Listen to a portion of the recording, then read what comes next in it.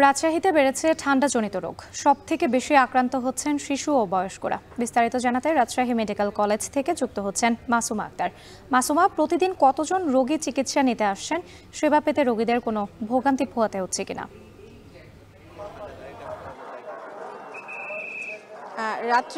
Rajshahi medical college হাসপাতালে কিন্তু প্রতিদিনই আসলে ঠান্ডাজনিত রোগী সেটির সংখ্যা কিন্তু বাড়ছে প্রতিদিন।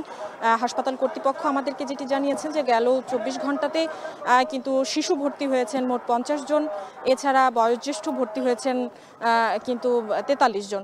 এবং এটিও জানিয়েছে হাসপাতাল কর্তৃপক্ষ যে প্রতিদিনই কিন্তু এই রোগীর সংখ্যা বাড়ছে এবং গত ২৪ ঘন্টাতে এই রোগীর পাশাপাশি কিন্তু প্রতিদিনই আসলে ৮০ থেকে ১২০ জনের মতো রোগী কিন্তু এই শুধুমাত্র ঠান্ডাজনিত বিভিন্ন রোগ নিয়েই কিন্তু এই হাসপাতালে আসছেন এবং ভর্তি হচ্ছেন গড়ে।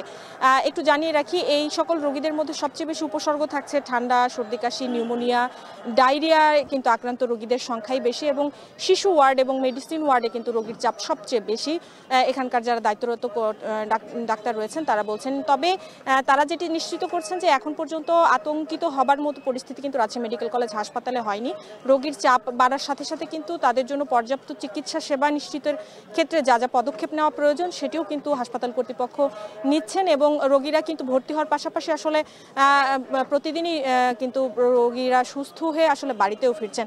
একটু জানিয়ে রাখি যে মাস খানেক ধরেই কিন্তু রাজশাহী মেডিকেল কলেজ হাসপাতালে আসলে রাজশাহীর এই সহ আশেপাশের যে জেলা উপজেলা পর্যায় থেকে আসলে রোগীদের যে সংখ্যা সেটি কিন্তু বাড়ছে। শীতের শুরু থেকেই এই আক্রান্তের সংখ্যা বাড়ছে। এর মধ্যে নবজাতক শিশু রয়েছেন এবং শিশুদের সংখ্যাই কিন্তু বেশি এবং শিশু ওয়ার্ডে মোটামুটি আমরা যেটি দেখেছি যে প্রায় ৩ গুণ রোগী কিন্তু যে পরিমাণ ওয়ার্ডে যে পরিমাণ বেড রয়েছে তার ৩ গুণ সংখ্যক রোগী কিন্তু ভর্তি হচ্ছেন। বাকিরা কিন্তু আমরা দেখেছি যে হাসপাতালের ওয়ার্ডের বাইরের যে করিডোর রয়েছে, বারান্দা রয়েছে, সেখানে কিন্তু আসলে অবস্থান নিয়ে সেখানে কিন্তু চিকিৎসা সেবা নিচ্ছেন।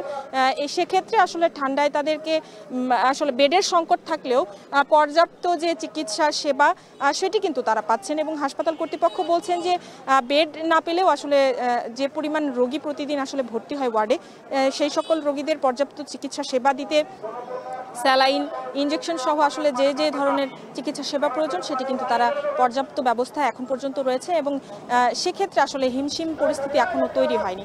এই ছিল আমার কাছে রাজশাহী মেডিকেল কলেজ হাসপাতাল থেকে ঠান্ডাজনিত রোগীদের সর্বশেষ।